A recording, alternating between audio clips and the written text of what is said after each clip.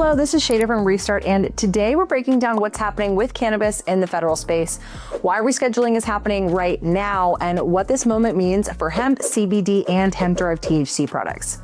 This is one of the most important windows the hemp industry has ever faced, and it's critical that consumers and businesses understand what's at stake. So why is rescheduling happening now? Well, to understand rescheduling, you have to understand pressure. For decades, cannabis has been classified as a Schedule I substance, the most restrictive category under federal law.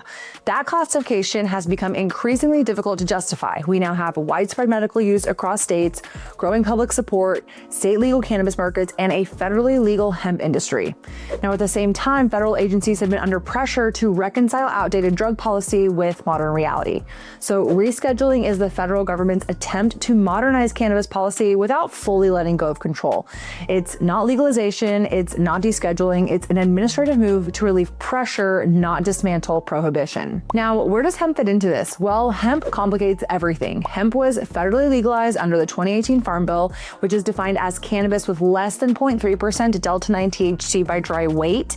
And that law created a massive industry almost overnight, from farmers and manufacturers to retailers and consumers nationwide. But after legalization in federal language, particularly Section 781, created confusion and instability. That uncertainty nearly dismantled the hemp industry, and now we are once again at a crossroads. The November deadline is ticking down, and this is what people need to know.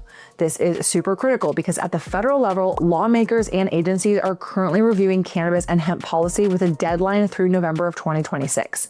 If hemp is not clearly protected and defined during this window, there is a real risk of severe restrictions, sweeping reinterpretations of the law, or a total ban on many hemp-derived products. That's not speculation, it's actively being discussed. Rescheduling is happening in parallel with this review, and hemp is unfortunately caught in the middle. So why does rescheduling matter for hemp? Well, even though rescheduling focuses on marijuana, it directly affects hemp. Why? Well, because cannabinoids overlap. CBD, delta-9, minor cannabinoids, they all exist on the same plant spectrum.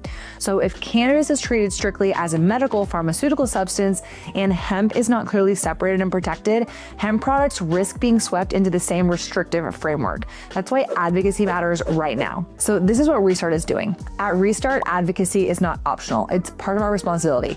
We work with the Texas Hemp Coalition at the state level here in Texas and track and support U.S. Hemp Roundtable federally to ensure that hemp remains legally distinct, accessible to consumers, responsibly regulated, and protected from overreach.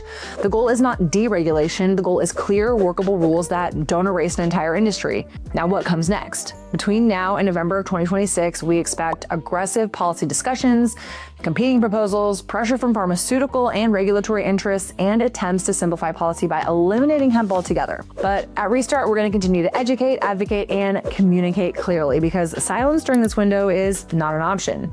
This is the moment that decides whether hemp survives or disappears altogether. So thank you for watching this video. Please stay tuned for ongoing updates. Make sure you subscribe to our YouTube and Instagram at Restart CBD, and please leave any questions or comments down below. We'll continue breaking this down as it unfolds and appreciate your support of this issue and of our industry. Thanks again, y'all.